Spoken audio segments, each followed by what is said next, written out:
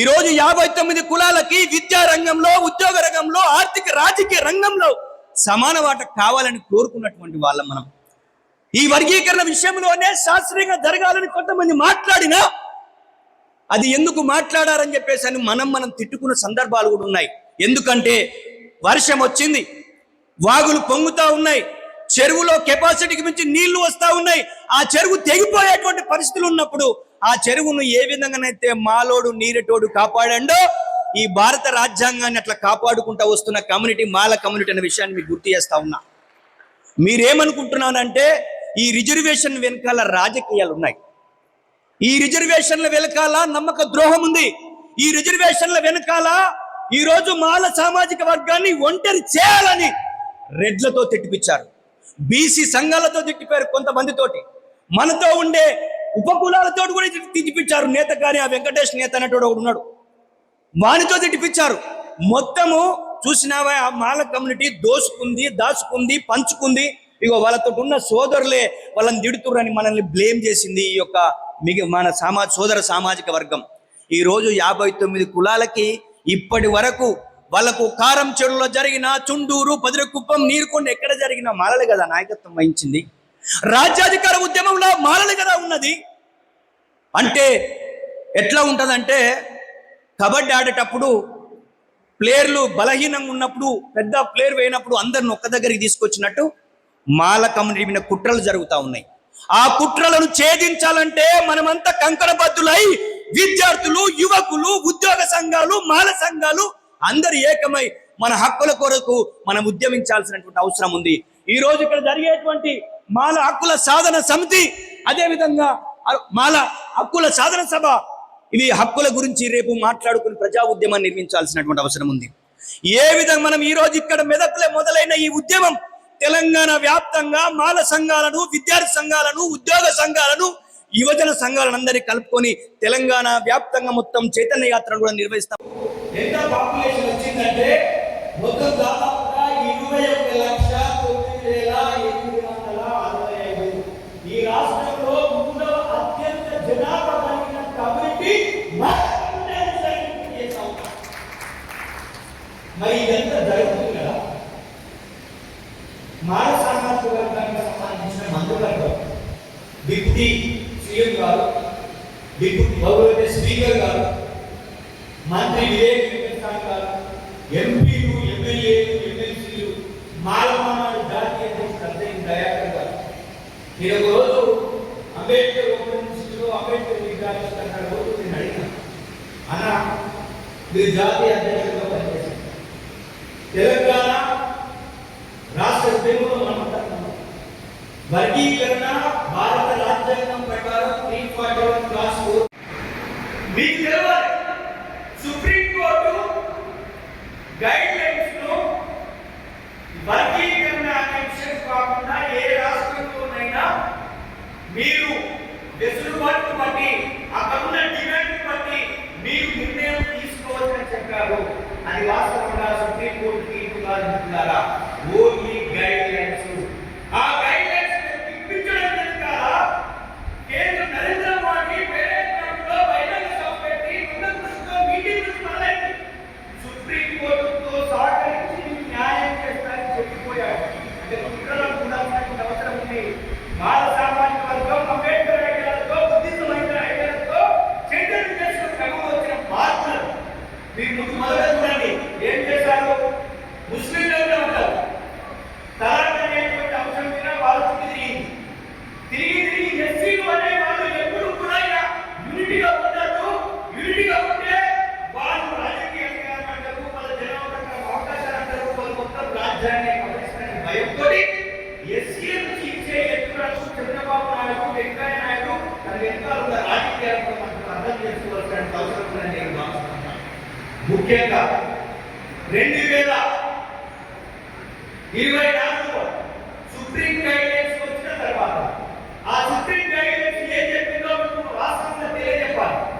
ఏమన్నారంటే ఈ రాష్ట్రంలో మీరు జనాభా తీయండి, ఇప్పటి వరకు ఎంతమంది ఉద్యోగస్తులు ఉద్యోగాలు తీయండి, విద్యా అవకాశాలు ఎక్కడ తీయండి, ఎంప్లాయ్మెంట్ డాటా తీసుకోండి. మొత్తం 59 కులాలలో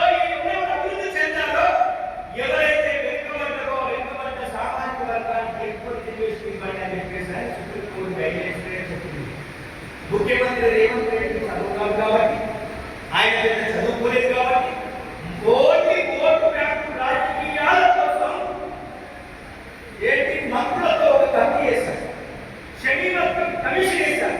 ఆ షెడ్యూల్ కమిషన్ జిల్లాలలో విద్యావంతులేంటి, ఉద్యోగాలేంటి మొత్తం కూడా ఇవన్నీ లెక్కలు తీయాల్సిన అవసరం ఉంది.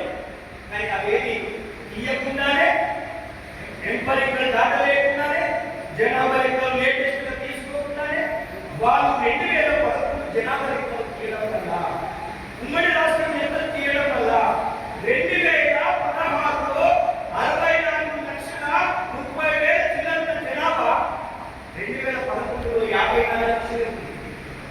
అంటే వాళ్ళు ఈ 59 కులాలలో అత్యంత పేదవాళ్ళు, మధ్యస్థంగా అభివృద్ధి చెందిన వాళ్ళు, అత్యంత ధనవంతులైన విధంగా 59 కులాలను ఒక శాస్త్రీయంగా చేసి ఉంటే ఈ రోజు దళితులందరూ ఇంటి ఉండేవాళ్ళు, వెనుకబడ్డ వాళ్ళకి ఎక్కువ ఇండిపెండెన్స్ వచ్చేది, ఎవరైతే వాళ్ళకి తక్కువ వచ్చేది. కోల్పోయింది. ఈ దేశంలో, ఈ రాష్ట్రంలో రిజర్వేషన్ ఎంత ఉంది ఇప్పుడు అంటే 64% రిజర్వేషన్ ఉంది. సుప్రీంకోర్టు ప్రకారం 40% దాటదు కదా. మరి జనాభా లెక్కల ప్రకారమే ఆయన అనుకున్న ముఖ్యమంత్రి రేవంత్ రెడ్డి మంత్రివర్గానికి చర్చగా చేస్తా ఉన్నాం. 29% ఉన్న బీసీలు రిజర్వేషన్ ఉంది కదా, ఎందుకు వారికి 42% రిజర్వేషన్ ఇవ్వలేదు? ఈ రోజు 10% రిజర్వేషన్ ఈడబ్ల్యూసీ ఇచ్చాము కదా. ఏ క్రైటీరియా, ఏ యొక్క రూల్స్ ప్రకారం ఇచ్చారో మనమందరం అడిగాం. ఈరోజు 4-5% లేనటువంటి ఈడబ్ల్యూఎస్ వాళ్ళకి ఈరోజు 10% రిజర్వేషన్ అమలు ఉంది. అంటే ఎస్సీల వర్గీకరణ వచ్చేంత వరకు, వాళ్ళు వచ్చే వరకు జనాభా లెక్క తీసుకోవాలి, మిగతా కులాలకు వచ్చేంత వరకేమో వెనుకబాటులను తీసుకోవాలా? ఇది ఎక్కడ న్యాయం? ఇది అన్యాయం కాదా? ఇది మానవ సామాజిక వర్గాన్ని బుద్ధి పోయడం కాదా? అంటే బీసీలకు 54% ఇవ్వకపోతే కవర్దార్ రేవంత్ రెడ్డి అడిగిన బీసీ సంఘాలకు చేయడానికి అవసరం చేస్తా ఉన్నా. ఈ రోజు రిజర్వేషన్లు వద్దు, రిజర్వేషన్లు వాళ్ళు దొంగిలిస్తున్నారు, వాళ్ళు దేవుడు బిడ్డలు, ఏం చదువు రాకపోయినా వాళ్ళకు ఉద్యోగాలు, విద్యావకాశాలు వస్తున్నాయి. మన మీద ఏడ్చినటువంటి వాళ్ళకు ఈ రోజు అత్యంత వెనుకబడ్డ వాళ్ళు 3%, 4% లేనటువంటి వాళ్ళు 10% రిజర్వేషన్ అమలుతుంటే ఎస్సీలు, బీసీలు ఏం చేస్తామో కానీ నేను గుర్తు చేస్తా ఉన్నా. అంటే ఈ రిజర్వేషన్ అని ఈరోజు 64% కాదు, దాదాపు 75% కావాల్సిన అవసరం. ఇక్కడ ఉన్న ఉద్యోగస్తులకి, విద్యావంతులకి ఇంకో విషయాన్ని చెప్పదలుచుకున్నాను. ఈరోజు 29లో జీవో వచ్చి ఎస్సీలో ఉన్నటువంటి 15% రిజర్వేషన్ ఉపయోగించుకోవాలి. మీకు తెలియాల్సింది ఏంటంటే ఓసీ అంటే, ఓపెన్ రాష్ట్రం అంటే ఓపెన్ లో ఎవరైనా పోటీ పడుతుంది, ఎస్సీలు, ఎస్టీలు, బీసీలు, మైనారిటీలు. కానీ ఈరోజు ఓపెన్ లో 40% ఓపెన్ ఉంది, 10% ఈ రోజు 50% అగ్రవర్ణాలే ఉపయోగించుకున్నారు. దీన్ని చక్కదిద్దాల్సిన అవసరం ఉందని మీకు అందరికీ గుర్తు చేస్తా ఉన్నాను. విషయాన్ని చేస్తాను. ఈరోజు మీకు ఇంకోటి చెప్పాలి. మొన్న రేవంత్ రెడ్డి గారు జనాభా లెక్క బయట తీసుకుంది. ఆ జనాభా లెక్కలలో రేట్ల పాపులేషన్ ఎంత ఉందంటే 17,06,860 మంది. మాన సామాజిక వర్గాన్ని ఎంత గుర్తించారంటే 14,69,463. ఇదే 2011లో ఓన్లీ సింగిల్ క్యాస్ట్ మాల కమ్యూనిటీ 15,27,143 ఉంటే 16 సంవత్సరాల తర్వాత జనాభా చెప్పాలి. అంటే జనాభా మనం 16 సంవత్సరాల నుంచి గుర్తు లేదు. మాల సామాజిక వర్గం గుర్తు లేదని కొంతమంది అన్నంలో చనిపోయారు. ఒక 15 రోజుల క్రితము ఉస్మానియా యూనివర్సిటీలో వచ్చి అలా మేము జగత్లో ఒక మీటింగ్ పెడతామని చెప్పేసి నాతో పాటు రెండేళ్ల రాజేష్ తోటి, మా మోరెట్ రమేష్ తోటి, అదేవిధంగా తెలుగు రామచంద్రన్న, బాలకృష్ణ తోటి మనతో చెప్పడం జరిగింది. మన కమ్యూనిటీకి నష్టం జరుగుతూ ఉంది, మేము మన కమ్యూనిటీ జరుగుతున్న నష్టాన్ని మా మెదడులో చర్చలు లేవదీస్తామని చెప్పేసి చెప్పినప్పుడు మంచి నష్టం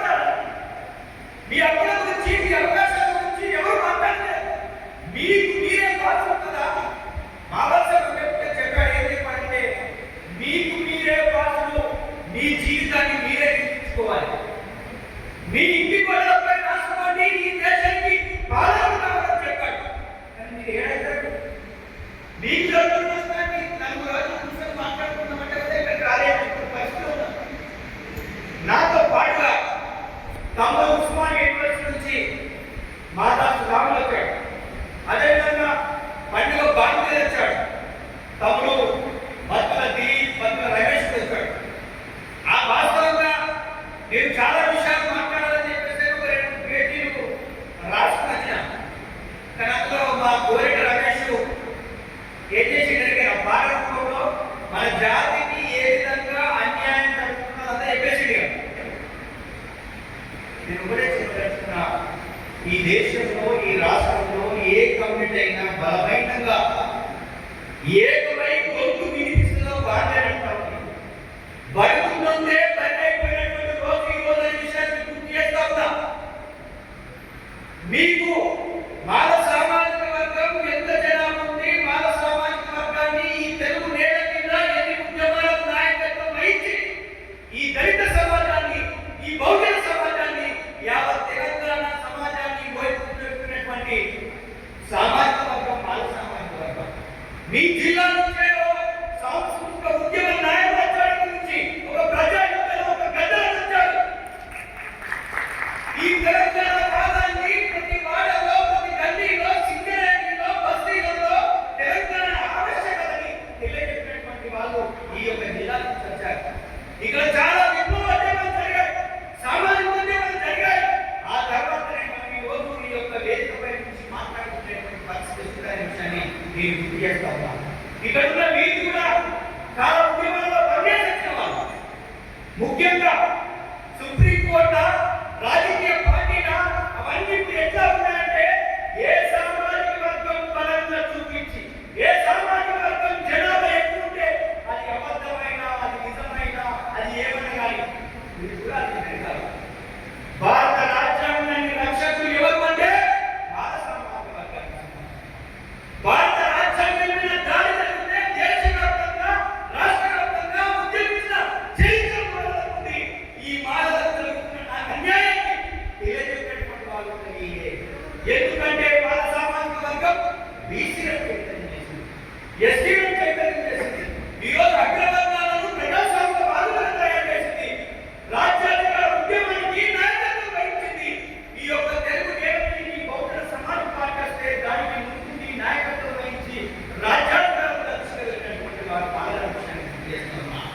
1970లో దళితుల అందరికీ వచ్చిన, అదేవిధంగా అంబేద్కర్ సంఘాలు వచ్చిన, ఎస్సీ ఎస్టీ సంఘాలు వచ్చిన, వీరందరికీ నాయకత్వం వహించినటువంటి వారు మాలలు. ఆ మాలలను సామాజికంగా, ఆర్థికంగా, రాజకీయంగా మొత్తం గడ్డం ఫ్యామిలీని అడగదలుచుకున్నా. మీ 2 కులాలు ఆర్థికంగా బలోపేతమై ఉండొచ్చు, మీ 2 కులాల మధ్య దగ్గర కోట్ల రూపాయలు ఉండొచ్చు, కానీ మా మాల ప్రజల దగ్గర వేల కోట్లు లేవు. ఇప్పటి వ్యవసాయ కూలీలుగా పనిచేసినటువంటి వాళ్ళు, బేగరితనం చేసిన వాడు, నీరొట్టి పని చేసిన వాడు, తలారి పని చేసినటువంటి వాడు, ఇటువంటి పని చేసిన కమ్యూనిటీ ఆత్మగౌరవంతో బతికింది. వాళ్ళందరూ కూడా వృత్తులు చేపట్టిన వాళ్ళని కులాలుగా మనం ఈరోజు వాళ్ళు చూపెడతా ఉన్నారు. దయచేసి మాల కమ్యూనిటీ ఇన్ని వృత్తులు చేపట్టింది, వ్యవసాయం చేసింది, చెరువును కాపాడింది, అదేవిధంగా మంచిని ఖననం చేసే వృత్తిని చేపట్టింది, తెలుగు నేల మీద ప్రతి ఉద్యమానికి నాయకత్వం వహించింది. అది ఏ ఉద్యమం అయినా కానీ ఈ ఉద్యమం వహించే నాయకత్వాన్ని, కమ్యూనిటీని మొత్తం ఈ భూమి మీద లేకుండా చేసే ఎత్తుగడలు అగ్రవర్ణాలు ఒక దిక్కు చేస్తే, మన తోటి సోదరులకు ఉన్నటువంటి వాళ్ళు ఐడియాలజీకి వ్యతిరేకంగా, అది ఏ పార్టీ అయినా ఏ సిద్ధాంతమో కూడా అవగాహన లేకుండా అంబేద్కర్ను తిట్టించే ప్రయత్నం జరిగింది. ఇటువంటి వాళ్ళు ఉంటారు, ఇటువంటి అమ్ముడువై నాయకత్వం ఉంటది. ఈ దళితులు తమ వ్యక్తిగత రాజకీయ స్వలాభాల కోసం దళితుల మధ్యన విచ్ఛిన్నం తీసుకొస్తారని అంబేద్కర్ ముందే ఊహించాడనే విషయాన్ని మీకు గుర్తు చేస్తా ఉన్నా. ఈరోజు ఏమైపోయింది, మొదట ఎస్సీలను విడదీసిన తర్వాత మళ్ళీ ఇప్పుడు ఎస్సీలలో హిందూ ఎస్సీ, క్రిస్టియన్ ఎస్సీ, ఇప్పుడు ఈ పంచాయతీ. ఇప్పుడు దీంతో ఏం చేయాలంటే ఈ దళితులు ఉన్న వాళ్ళందరూ కూడా క్రిస్టియన్ దళితులు అన్నాడు ఒక దిక్కు, హిందూ దళితుడు ఒక దిక్కు, బుద్ధిస్టు దళితులు అందరూ విచ్ఛిన్నం చేసే ఎత్తు కూడా నడుస్తూ ఉన్నాయి. ఇది ముఖ్యంగా కేంద్రంలో ఉన్నటువంటి ప్రభుత్వం దగ్గర, ఆర్ఎస్ఎస్ దగ్గర ఇటువంటివి జరుగుతూ ఉంటాయనే విషయాన్ని మీకు గుర్తు చేస్తా ఉన్నా. అందుకే మాల కమ్యూనిటీ వాడు ఏ పార్టీలో ఉండని అన్ని పార్టీల మాలలను ఏకం చేసే మహా ఉద్యమం జరగాల్సిన అవసరం ఉంది. నేను ఒకటే చెప్పదలుచుకున్నా, ఆర్ఎస్ఎస్ నుంచి ఆర్ఎస్సి వరకు మాలల యొక్క సామాజిక ఆర్థిక రాజకీయ అభివృద్ధి గురించి పనిచేసే విధంగా లేకపోతే మాల కమ్యూనిటీ నుంచి వెలివేయాల్సిన అవసరం ఉందని చెప్పేసి నేను భావిస్తా ఉన్నా. ముఖ్యంగా అధికార పార్టీలు ఉన్న మంత్రులకి, ఎమ్మెల్యేలకి, అదేవిధంగా బీఆర్ఎస్లు ఉన్న మాలలకు కానీ, అదేవిధంగా ఇంకో బీజేపీలు ఉన్నటువంటి మాలలకు కానీ, సిపిఐ సిపిఎంలు ఉన్నటువంటి మాలలంతా కూడా మాల కమ్యూనిటీ ఏ కులాన్ని తులనాడలేదు, ఏ ఒక కమ్యూనిటీ మీద దుష్ప్రచారం చేయలేదు, ఎవరి హక్కులు ఎవరు గుంజుకోలేరు. ఇంకోటి చెప్పదలుచుకున్నా మీకు, ఈరోజు మీరు చేసిన గ్రూప్ వన్లు ఉన్న 15 కులాలు, ఆ యొక్క 15 కులాలు అక్కడున్న 1-2 కులాలతోటి పోటీపడి ఉద్యోగాలు వస్తలేవు. ఈరోజు గ్రూప్ 2లో ఉన్న 18 కులాలు మాదిగలతో మిగతా 10 కులాలు 17 కులాలు పోటీ పడే పరిస్థితి లేదు. ఈరోజు 26 కులాలుగా ఉన్న మాల సామాజిక వర్గానికి 22 రోస్టర్ ఇస్తే 22 ఉమెన్ స్టార్ట్ అవుతే 41 మీరు చెప్తున్నాను 100 అంటే మీకు చెప్పాలి రోస్టర్ అంటే ఎట్లా ఉంటుంది అనేది మీకు చెప్తున్నాను. మనకిప్పుడు ఒక 100 బియ్యం బస్తాలు ఉంటాయి అనుకుందాం.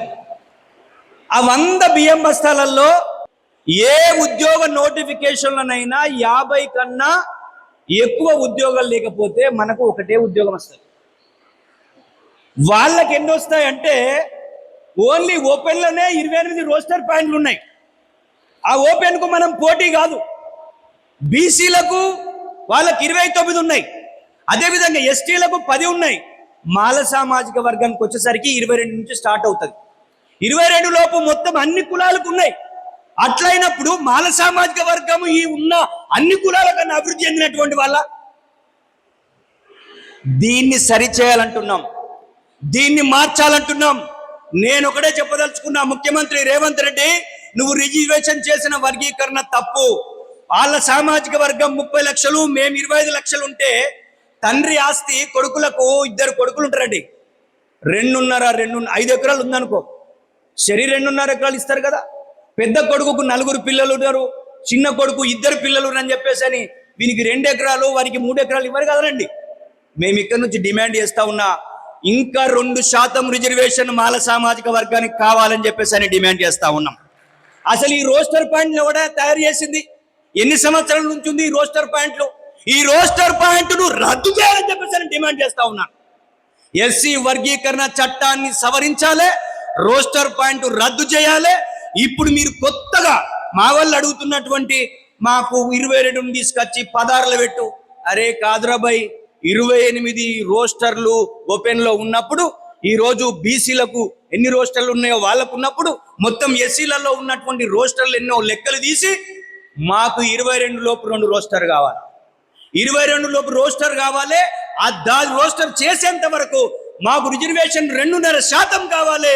ఈ 2.5% రిజర్వేషన్ లేపు మాకు వచ్చేటువంటి 20 లోపు 2 రోస్టర్ల గురించి ఒక ప్రజా ఉద్యమం జరగాల్సిన అవసరం ఉంది. ముఖ్యమంత్రి రేవంత్ రెడ్డి, నీకైతే చదువు రాదు, నువ్వు పెట్టిన కమిషన్కి ముస్లిమోని కానీ తెలియదు. నీకున్న మంత్రులకు మొన్న సీతక్క దగ్గరకు పోయి అడిగినాం, మాల సామాజిక వర్గం గిట్టనే మొద్దు నిద్రపోతే మీరు రేపు రిజర్వేషన్ లేకుండా రోడ్ల మీద బిచ్చమెత్తుకునేటువంటి పరిస్థితి రాబోతుందని చెప్పేసి మీకు హెచ్చరిక చేస్తా ఉన్నా. మీరు మేధావుల మౌనం ఆ సమాజానికి, దేశానికి, ఆ ప్రాంతానికి ఏ విధంగా నష్టం చేకూర్చదో, మాల సామాజిక వర్గం యొక్క వాటా కోసం, అవకాశాల కోసం మనము ఒక మా ఉద్యమానికి సన్నద్ధం కావాల్సిన అవసరం ఉంది అని అందులో భాగమే ఈ మెదక్ వచ్చామన్న విషయాన్ని మీకు గుర్తు చేస్తున్నాను మిత్రులారా. అందుకే ఇంకా చాలా విషయాలు మాట్లాడాల్సి ఉన్నప్పటికీ కూడా మనమందరం మాల కమ్యూనిటీ, మనతో ఉన్న మన అనుబంధ కులాలను కలుపుకొని మనము ఈ రాష్ట్రంలో 3వ అత్యంత జనాభా కలిగిన మన జనాభా ప్రకారం మన వాటర్ రాకపోతే అది ఎంత పెద్ద ప్రభుత్వాన్నైనా కూర్చామని చెప్పేసి అని హెచ్చరిక జారీ చేయాలని చెప్పేసి అని గుర్తు చేస్తా ఉన్నాం. ఈరోజు మైసన్న కానీ అన్న పెంటన్న కానీ వాళ్ళు పెద్ద మనుషులు అయినా ఒక ప్రజా ఉద్యమం నుంచి వచ్చిన ఇక్కడ ఒక మీటింగ్ ఏర్పాటు చేశారు. ఇది ఆరంభం మాత్రమే, ఇది ఆరంభమే అనుకోండి. రేపటి రోజు ఇంతకన్నా రెట్టింపుగా 1,00,000 మందితోటి ఒక బహిరంగ సభ నిర్వహించేటువంటి విధంగా మీరందరూ పనిచేయాల్సినటువంటి అవసరం ఉందని చెప్పేసి అని గుర్తు చేస్తా ఉన్నా. అందులో భాగంగా నేను మా విద్యార్థులకు చెప్పాను, మొన్న కాక్రోచ్ జనతా పార్టీ అనే విద్యార్థులు, వాడు మంత్రి నుండిగా విద్యాశాఖ మంత్రి ధర్మేంద్ర ప్రధాన్ అదేంటి పేపర్ లీక్, ఏం పేపర్ అది, నీట్ పేపర్ గురించి ఎక్కడి నుంచో అమెరికాలో చదువుకున్నవాడు ఇండియాకు వచ్చి వాడిని బర్తరఫ్ చేయాలి, వాడిని తీసేయాలని చెప్పేసి అని ఉద్యమం జరిగింది. మరి ఈరోజు మాల విద్యార్థుల సమస్య ఇది, మాల నిరుద్యోగుల సమస్య ఇది, మాల ఉద్యోగస్తుల ప్రమోషన్ల సమస్య. అసలు కొట్లాడాల్సినటువంటి వాళ్ళు మీరు కదా. అందుకే నేను తమ్మును చెప్తా ఉన్నా, విద్యార్థులకు, యువకులకు, ఉద్యోగస్తులకి మనం 125 ఫీట్ల అంబేద్కర్ విగ్రహం దగ్గర మనం ఒక 50,000 మందితో కవాతు చేయాల్సినటువంటి అవసరం ఉందని చెప్పేసి నేను గుర్తు చేస్తా ఉన్నా. అందుకే మిత్రులారా, పెద్దలారా, ఉద్యోగస్తులారా, మిగతా ప్రజా సంఘాలారా, మనకు జరుగుతున్న అన్యాయం మీద, మనకు చేస్తున్న నష్టం మీద ఎవడు మన శత్రువు, ఎవడు మన మిత్రుడు తేల్చుకోవాల్సినటువంటి అవసరం ఉంది. అలా తేల్చుకోవాలంటే మనం నిరంతరం అధ్యయనం చేయాల్సిన అవసరం ఉంది. భారత రాజ్యాంగాన్ని అధ్యయనం కాదు, రిజర్వేషన్ ఏంటి, రోస్టర్ ఏంటి, 29 జీవో ఏంటి, ఇటువంటి అంశాల మీద విస్తృతమైన చర్చలు జరపాల్సినటువంటి అవసరం ఉంది. అందులో భాగమే ఈరోజు మెదక్కి వచ్చాం. మెదక్ నుంచి మా తుమ్మ శ్రీనివాస్ ఇక్కడ విద్యార్థి నాయకుడిగా అప్పటి నుంచి పనిచేస్తా ఉన్నాడు. సుధాకర్ అన్న అదే మన తెలంగాణ ఉద్యోగ చేసి ప్రెసిడెంట్గా పనిచేస్తా ఉన్నాడు. అదేవిధంగా మిగతా మిత్రులందరూ కూడా మన కమ్యూనిటీ యొక్క మనం అన్ని ఉద్యమాలకు నాయకత్వం వహించాం, అందరి గురించి పనిచేశాం. ఏ విధంగానైతే 10 లక్షల మందిని హైదరాబాద్కు రప్పించింది, వరదల్లాగా మన జనాభాను చూసినటువంటి కేంద్ర ప్రభుత్వం, రాష్ట్ర ప్రభుత్వాలు గజగజ వణిగిపోయాయి. అరే మాలలు గింత యూనిటీ ఉందా అని చెప్పేసి అని మన మధ్యలో ఒక అనైక్యత ఉంది. మన మధ్యలో ఈ యొక్క అనైక్యతను ఛేదించాలి. సంఘాలుగా ఉన్న వాళ్ళు ప్రజా ఉద్యమంలో భాగస్వామ్యం కావాల్సిన అవసరం ఉంది. ఈరోజు మన హక్కులు మనం కోల్పోయాం. ఈరోజు రోస్టర్ రిజర్వేషన్ అంశం అనేది చాలా పెద్ద అంశం. ఈ అంశం మీద మనం ఇంకా సెమినార్లు జరగాలి, సదస్సులు జరగాలి. అందులో ఇక్కడ నుంచి మన జిల్లా సుధాకర్ అని ఉన్నాడు, చాలా మంది ఇంకా ఉద్యోగస్తులు వచ్చారు, అదేవిధంగా విద్యావంతులు వచ్చారు. దీని మీద డిస్కస్ చేయండి, దీని మీద డిబేట్ చేయండి. ఇటువంటి సెమినార్లు, సదస్సులు, సభలు, సమావేశాలు వందలాదిగా జరపాల్సినటువంటి అవసరం ఉంది. ఈ ఉద్యమాన్ని ఒక ప్రజా ఉద్యమంగా మారాల్సినటువంటి అవసరం ఉంది. అందుకే మీకు చెప్పదలుచుకున్న ముఖ్యమంత్రి రేవంత్ రెడ్డికి నేను ఒక డిమాండ్ చేస్తా ఉన్నా. నీకు ముఖ్యమంత్రికి బట్టి విక్రమార్క లేకపోతే గడ్డం వివేకు ఇద్దరు పోటీ కావచ్చు.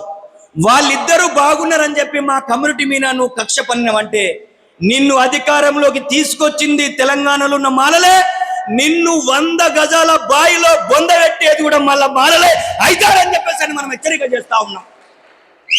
ఈ రిజర్వేషన్ల దేశంలో మేము మాలలు అంటరానితనాన్ని అనుభవించలేదా? మాలల మీద అట్రాసిటీలు జరగలేదా? ఎంతమందిని చంపారో లెక్కలు తీస్తే తెలుస్తుంది.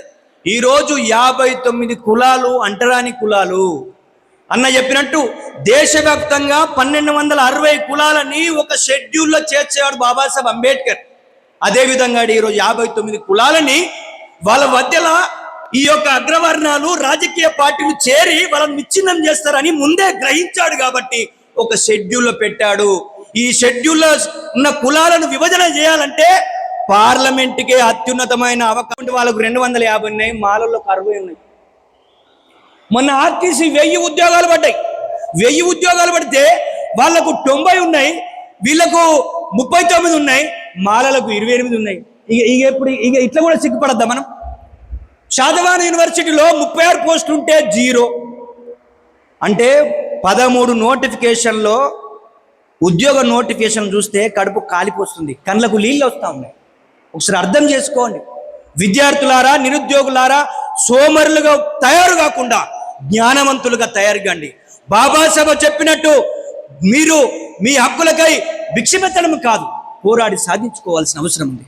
బాబాసాహెబ్ అంబేద్కర్ని అధ్యయనం చేయడం అంటే ప్రపంచాన్ని, దేశాన్ని అర్థం చేసుకోవడం అనే విషయాన్ని గుర్తు చేస్తా ఉన్నా. రాజకీయ నాయకులైనా, ఉద్యమ నాయకులైనా, విద్యార్థులైనా, యువకులైనా, విద్యార్థి సంఘాలైనా, అదేవిధంగా ఉద్యోగ సంఘాలైనా మనమందరం ఏకమవుదాం, మన వాటా మనం సాధించుకుందాం. అటువంటి మహా ఉద్యమానికి మెదక్ నుంచి పునాది పడ్డది, మెదక్ నుంచి ప్రారంభించాం.